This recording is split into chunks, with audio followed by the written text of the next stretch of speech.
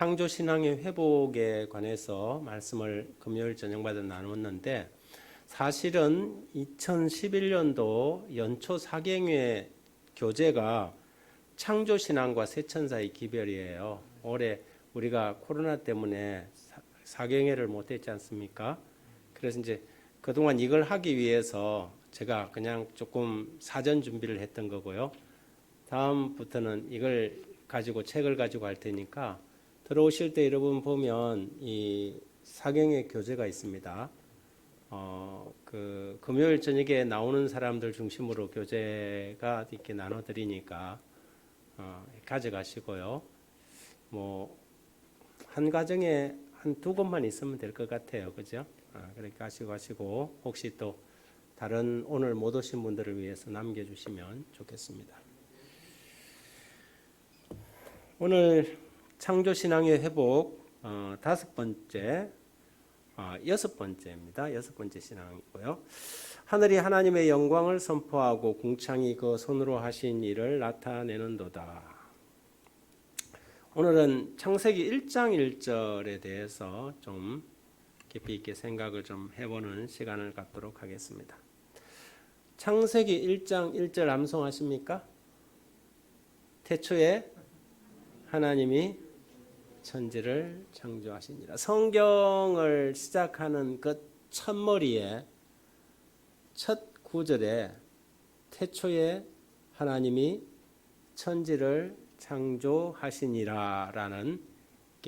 엄중한 선언으로 성경은 시작합니다. 수많은 말들과 수많은 글들과 수많은 표현과 묘사들이 있을 텐데도 불구하고 왜 성경은 하나님의 성령께서는 성경의 첫 번째 책, 첫 번째 줄을 태초에 하나님이 천지를 창조하시니라는 이 구절로 시작하고 있을까요? 그럼 창세기 1장 1절은 그냥 성경의 수천 절 가운데 한 절이 아니라 창세기 1장 1절이 가지고 있는 이 무게는 엄청난 것입니다. 그래서 우리는 이 창세기 1장 1절을 좀 깊이 있게 살펴볼 필요가 있다고 생각합니다. 단순히 이것은 기독교 신조 하나를 주장하는 종교적 선언은 결코 아닙니다. 세상에 존재하는 유무형의 모든 존재와 법칙의 권원을 밝히고 있는 것이지요. 태초에 하나님이 천지를 창조하셨다고 할 때, 이 창조라는 것은 과거에 이 철학자들은 이 창조의 개념을, 요즘은 창조라는 단어를 아무데나 써요. 뭐 경제에도 뭐 창조 경제 뭐 이런 이야기를 쓰고.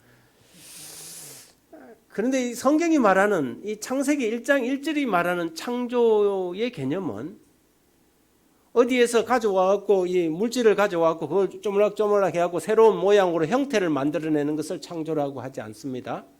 성경이 말하는 창조는 무에서 유를 창조하는 것입니다. 아무것도 없는 데서 유를 창조해내는 그것이 하나님이시죠. 세상에 있는 많은 인간들도 있는 걸 가지고 뭘 만드는 것은 다 합니까? 그러나 무에서 존재 자체를 만들어내는 분은 우리가 성경에서 말씀하는 그 스스로 계신 여호와 하나님밖에 없다는 것을 창세기 1장 1절에서 장중하게 선언하는 것입니다. 따라서 창세기 1장 1절은 존재 과학의 공리라고 할 수 있습니다. 이 세상에 존재하는 모든 것의 기반이요, 근원이요, 시작이요, 출발이라는 사실을 창세기 1장 1절이 이야기해 주는 것입니다. 오늘 이 자리에 있는 우리의 눈으로 만질 수 있고 볼 수 있고 존재하는 모든 것들은 하나님의 이 창조 행위에 기반해서 만들어졌다는 거예요. 우리는 그분을 하나님이라고 부르고 그분을 창조주 하나님이라고 부릅니다. 이 세상에는 각 종교마다 수많은 신들이 있습니다. 각양각색의 신들이 있어요. 그런데 그 모든 신들은 성경에서 뭐냐면 하늘과 땅을 짓지 아니하는 신들은 참신이 아니라고 선언하는 것입니다.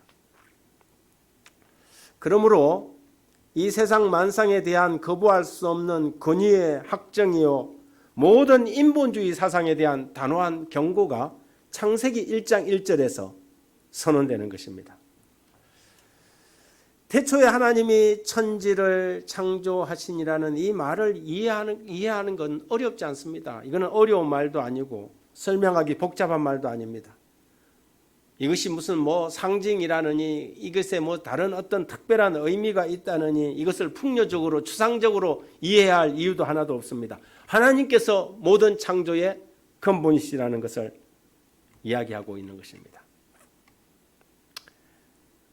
그런데 이것을 우매하게도 애매하게 해석을 하고 그렇게 되면 이혈령 비혈령이 되고 말 것입니다. 기독교인이 되려면 성경의 문장을 그대로 창세기 1장 1절을 그대로 믿든지 아니면 하나님을 믿지 않든지 둘 중에 하나를 선택해야 하는 문제입니다. 여러분 태초에 하나님이 천지를 창조하셨다는 말씀을 믿으십니까? 네. 우리는 그것을 믿는 그리스도인들입니다.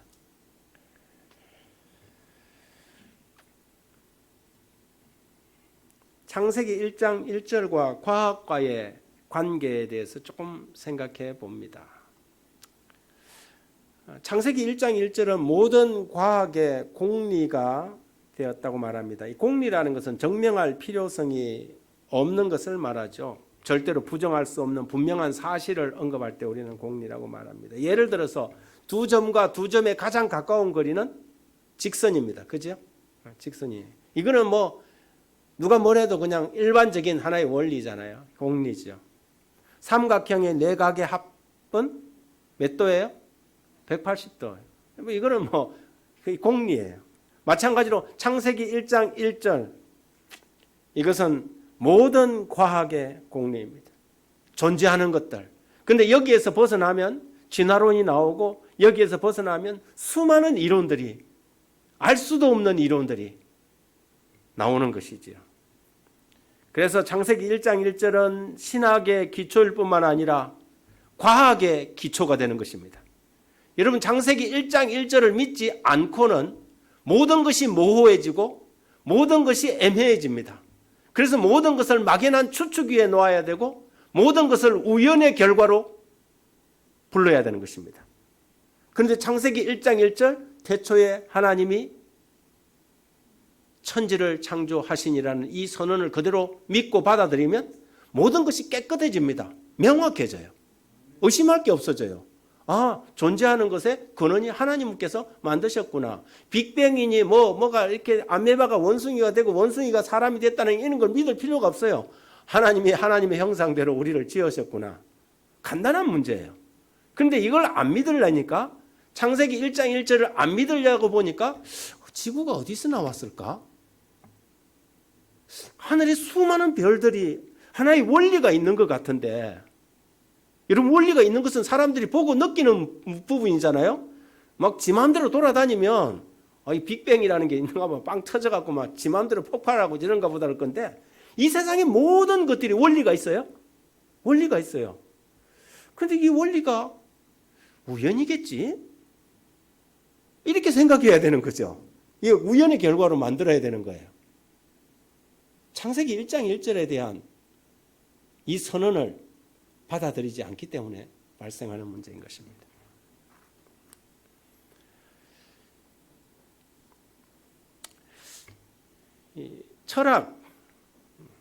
철학과 창세기 1장 1절은 어떤 연관성을 가질까요? 철학은 세상과 인생, 현상과 변화를 다루는 학문이죠. 기본적으로 만물이 저절로 생겨나서 스스로 변해가는 우연의 연속이라고 이해합니다. 그러면서도 인과율이니 연기법이니 존재론이니 생선론이니 하면서 다양한 규칙들을 만들어서 우연은 우연인데 심오한 질서를 가졌다고 상당한 논리를 펼쳐나가고 있죠. 그래서 우연이라는 것을 모든 신비를 창조하는 신의 자리에 올려놓습니다. 철학이라는 게 결국은 뭐냐면 결론은 우연이라는 거예요. 결론은 우연이라는 거죠.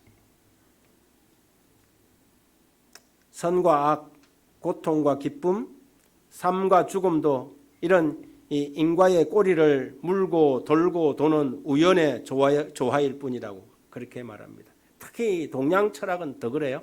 동양 철학은 회전 철학이잖아요. 회전문하고 똑같아요. 돌고 도는 거예요. 그래서 벗어나고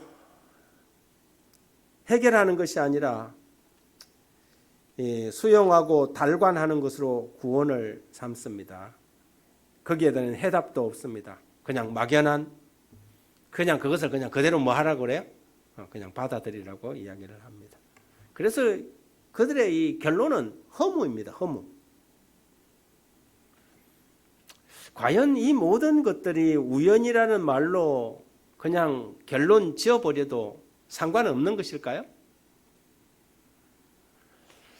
그러나 우리는 창세기 1장 1절에서 이것은 우연의 결과가 아니라 어떤 절대적 지존, 이걸 지적 설계라 그러죠. 절대적 지존에 의해서 이 모든 것들이 계획되고 설계되었다고 하는 것입니다.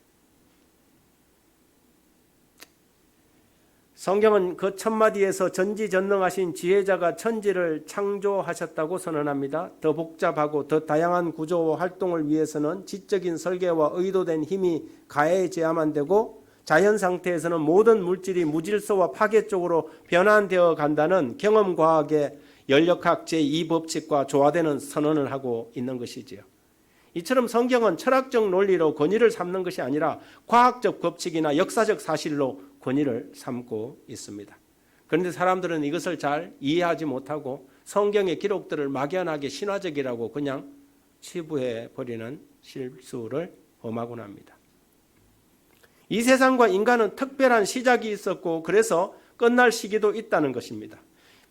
분명한 목적을 가지고 존재하고 만들어졌다는 것이 성경의 창세기 1장 1절이 우리에게 던지는 큰 화두죠. 막연하게 우연하게 생겨난 것이 아니라는 것입니다. 과거에 그래서 수많은 학자들은 신의 존재를 나름대로 인간적 이성의 바탕 위에서 증명하려고 애를 썼어요. 엄청 노력을 했어요. 신은 정말 계시는 걸까? 그래서 아리스토텔레스는 이 목적론적 증명을 접근을 했습니다. 안셀무스라는 사람은 존재론적인 증명, 그리고 토마스 아퀴나스는 경험론적 증명을, 그리고 데카르트 같은 사람은 인과론적 증명을 시도를 했습니다. 예를 들어서 여기서 제가 공을 하나를 이렇게 굴러봅니다. 공이 저렇게 굴러가고 있어요. 저기서 공을 저기서 굴러가고 있어요. 그럼 공이 그냥 우연히 그냥 굴러간 게 아니라 누군가가 뭐 한 거예요? 그 처음에 힘을 줬던 이 우주에 뭔가가 지금 원리에 의해서 돌고 있지만 그러나 그 첫 번째 그 요인을 발생시킨 누군가가 있다는 것이에요. 인과론적인 거죠.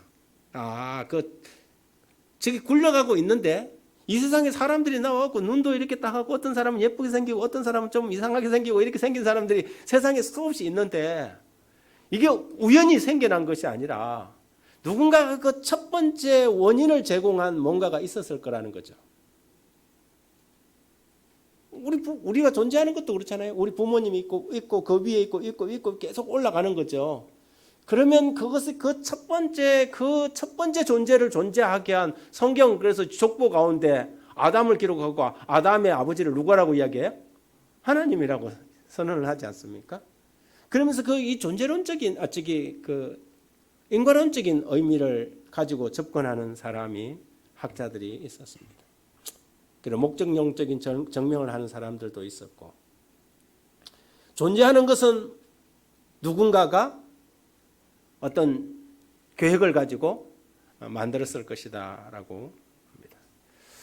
그래서 이 밤하늘에 빛나는 별들, 새들의 울음소리, 이런 것들을 진화론은 결국 결론적으로 우연의 산물이라고 보는 반면 성경을 믿고 창세기 1장 1절을 믿는 사람들은 그렇지 않다. 이것이 어떻게 우연의 산물이라고 볼 수 있느냐. 너는 참 믿음도 좋다.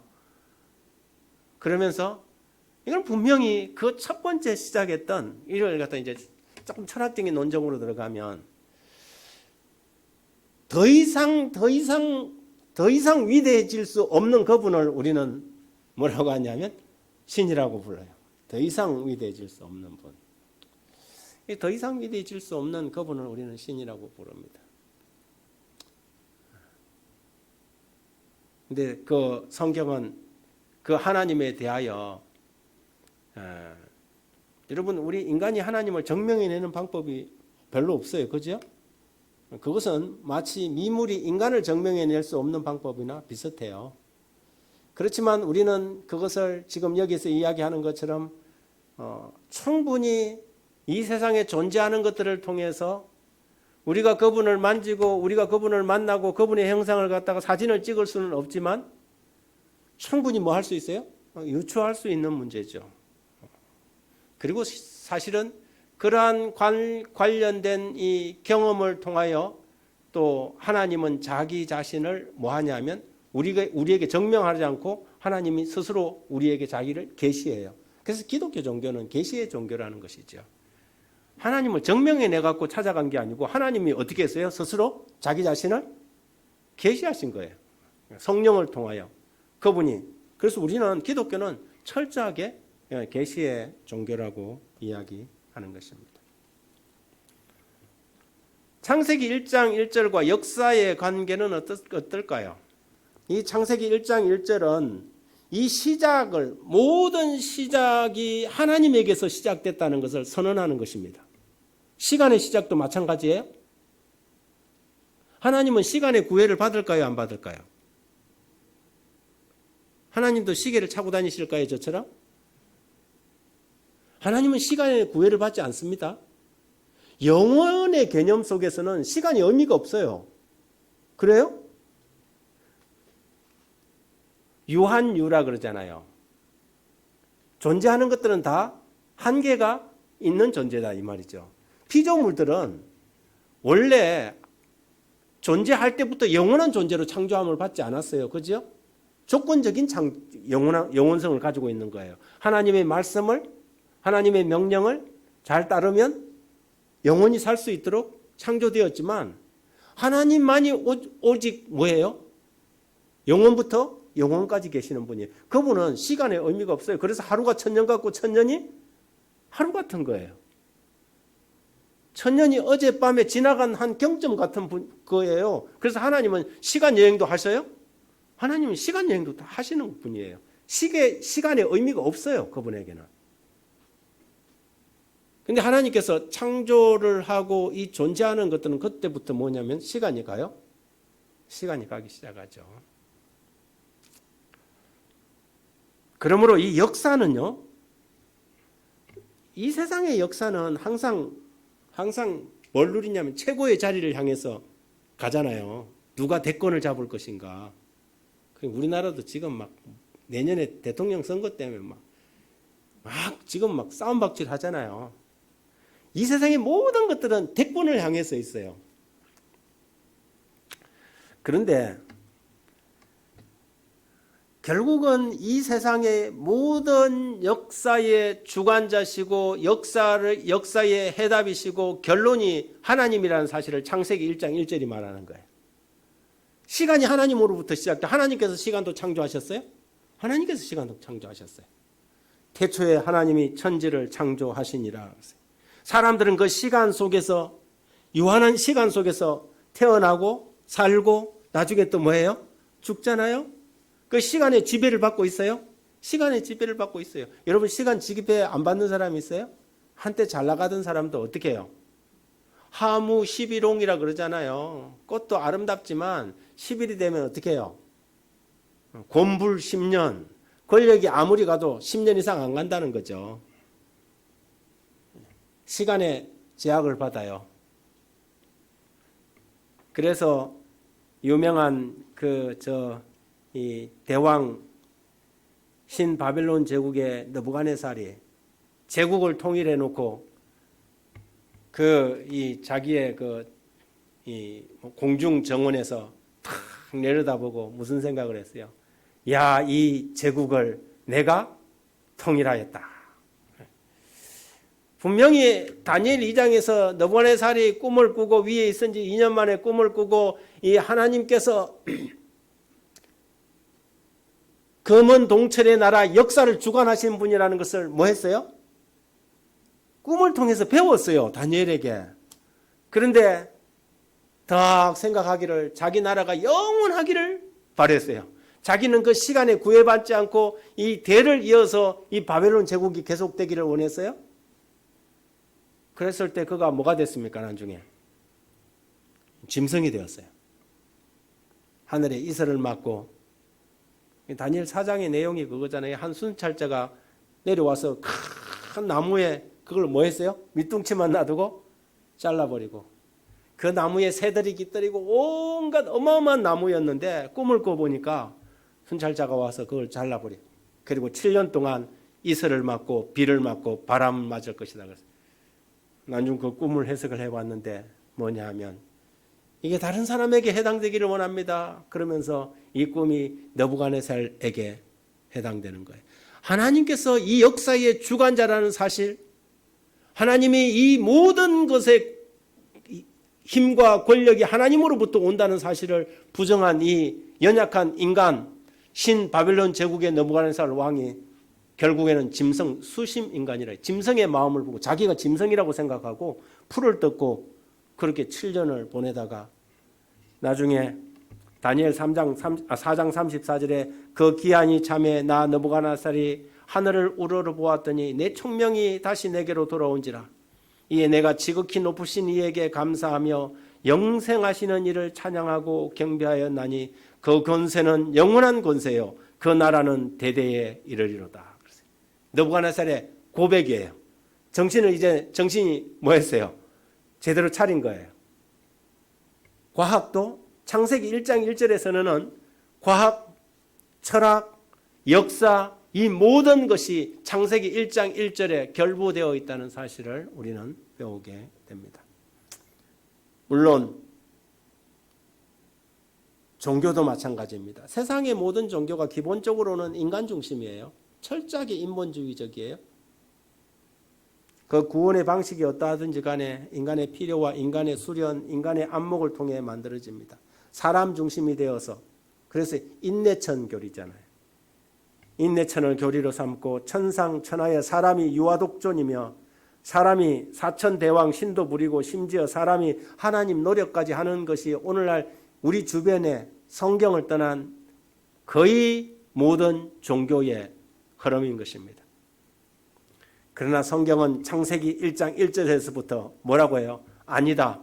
태초에 하나님이 천지를 창조하셨다. 우리 인간들은 결국은 하나님과 연관되어서 생명도 부여받고 그분으로부터 생명을 부여받지 않고는 살아갈 수 없는 피조물이라는 사실을 성경은 천명을 하는 것입니다.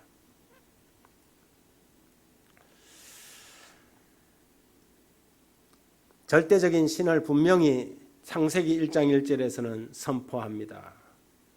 그래서 이적과 영생도 거기에서 보정되지요.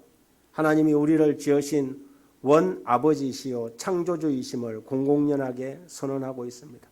그래서 기독교는 원래가 확실한 종교입니다. 이러한 전능자를 믿는 종교만이 우리가 추구하는 모든 가치를 기대할 수 있고 영원한 구원도 얻을 수가 있지요. 예레미야 10장 11절에서 천지를 짓지 아니한 신들은 땅 위에서 이 하늘 아래서 망하리라고 선언합니다. 창세기 1장 1절 태초에 하나님이 천지를 창조하시니라.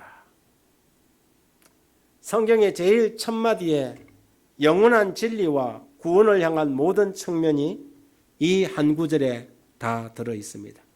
태초에 하나님이 천지를 창조하시니라. 이것은 과학이나 철학이나 역사나 사회, 종교 모든 분야에서 유일한 필요 충분 조건입니다. 이 말씀이 수용되느냐 안 되느냐에 따라서 갈짓자를 그리고 인생의 험난한 이 미로 속으로 들어갈 것인가, 아니면 명확한 확실하고 명확한 길을 가지고 인생의 길을 갈 것인가, 창세기 1장 1절을 수용하느냐 안 하느냐에서 결론 지어지는 것입니다. 창세기 1장 1절을 수용하고 믿고 확신하면 여러분의 인생은 명확합니다. 하나님께서 이 세상 만사를 다 주장하시고 모든 생명과 힘과 권력이 하나님의 손에서 온다는, 복이 하나님의 손에서 나온다는 것을 믿고 명확한 길을 가는 사람들은 선택을 하는 데 있어서도 모호한 애매한 주저함이 없을 것입니다. 그런데 이것을 놓치게 되면 결국에는 인생이 오리무중에 빠지게 되겠죠. 창세기 1장 1절은 태초에 하나님이 천지를 창조하시니라는데 창세기 2장 1절은 천지와 만물이 다 이루니라 그렇게 시작합니다. 창세기 2장은 안식일로 시작하죠. 여러분, 일하고 쉬는 겁니까? 쉬고 일하는 것입니까? 사람들이 가끔 가다가 착각을 해요.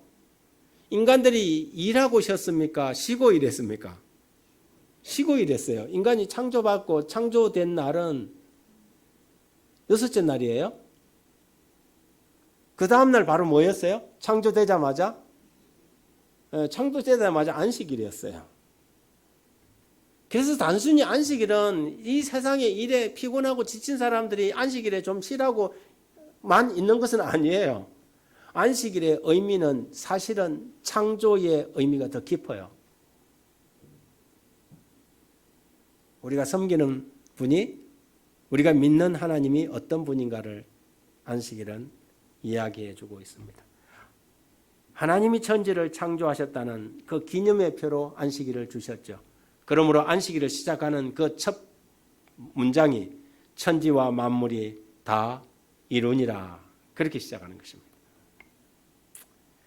우리는 그분의 절대적인 주권 안에 있다는 믿음의 표시가 여기에 있습니다. 우리가 안식일을 기억하고 안식일을 지킨다는 것은 우리가 믿는 하나님은 천지를 주관하신 창조주 하나님이라는 사실을 선포하는 것입니다. 우리가 안식일을 기억하고 안식일날 하나님을 예배하는 것은 모든 능력과 생명이 하나님으로부터 나온다는 것을 고백하는 것입니다. 그리고 이 모든 것이, 이 생명과 이런 것이 우연의 진화에서 오는 것이 아니라 창조의 은혜로 받았다는 믿음을 고백하게 되는 것입니다. 그래서 안식일은 창조주의 기념일이라고 우리가 이야기합니다. 하나님은 천지를 다스리시고 그분은 피곤치 않으십니다. 그죠? 하나님도 피곤하십니까? 하나님은 피곤하시지 않은데도 안식하셨다고 그렇게 이야기합니다. 복 주시고 그날을 거룩하게 하신 것은 창조주를 기억하고 순종하는 것이 어떤 일이나 노력보다 축복되며 생기가 충만해지는 비결이라는 사실을 우리에게 가르쳐 줍니다. 사람은 잘 때 키도 크고 숨, 맥박, 세포 등 생명의 요소들이 쉼을 통하여 더 활발해지는 것입니다. 우리가 안식일을 지키는 것은 그 안식일을 통해 하나님의 치료와 치유의 일들이 경험되어집니다. 그분을 온전히 신뢰하고 그분의 명령과 쉼 속으로 우리가 들어갈 때에 하나님은 그 쉼을 통하여 우리를 치유하시는 것입니다. 그래서 성경에 보면 예수님도 여러 날들 가운데 안식일날 치유 행위를 가장 많이 하셨어요. 가장 많이 하셨어요. 그분의 이 보면 복음서를 보면 유독 예수님께서 안식일날 치유를 많이 하셨고 그것 때문에 유대인들하고 많이 싸웠어요. 유대인들이 왜 다른 날도 있는데 왜 안식일날 굳이 고치려 하느냐 자꾸 그랬어요. 그런데 예수님은 안식일이 원래 치유하는 날이야. 안식일이 사람이 치유되고 안식일이 사람을 회복하는 날이야. 이것을 계속 강조하신 거거든요. 그런데 이걸 또 잘 모르는 사람들은 예수님께서 안식일을 파괴하셨다 이렇게 주장하는 사람이 있어요. 안식일날 일하셨다. 예수님 그런 말씀하셨죠. 아버지께서 일하시니 나도 일하신다. 예수님은 안식일에 사랑의 일을 하십니까? 회복의 일을 하십니까? 그 일이 안식일의 정신에 합당하기 때문에 그렇게 하십니다. 생명을 살리는 일을 하십니까? 선한 일을 행하십니까? 안식일에 그것이 합당하기 때문에 하는 것입니다. 안식일은 일을 하고 안 하고의 문제가 아니에요. 안식일은 우리가 하나님의 사랑과 선의 안식일의 행위에 함께 들어가는 것이 안식일에 우리가 해야 할 일들인 것이죠. 그래서 그날은 믿음의 의가 더 강조되는 날인 것입니다. 그것이 안식일이죠. 안식일에는 수많은 치유의 일들이 기록되어 있습니다.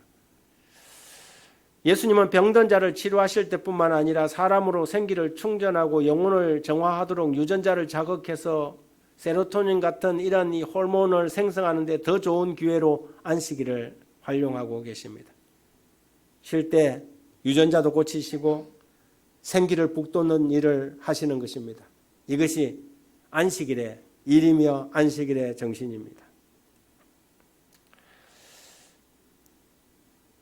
태초에 하나님이 천지를 창조하시니라. 이 엄숙한 선언, 이것과 천지와 만물이 다 이루니라는 이 창세기 2장 1절과 창세기 1장 2절의 이 두 선언이 함께 만나서 우리가 섬기는 하나님이 안식일의 주인이시며 창조의 하나님이라는 사실을 우리에게 분명하게 해주고 있습니다. 우리는 이제 다음 주부터 창조와 세천사의 기별과 관련해서 좀 공부를 함께 연구를 해 나가도록 하겠습니다. 나가실 때 책 한 권씩 받아서 나가시면 좋겠습니다. 감사합니다.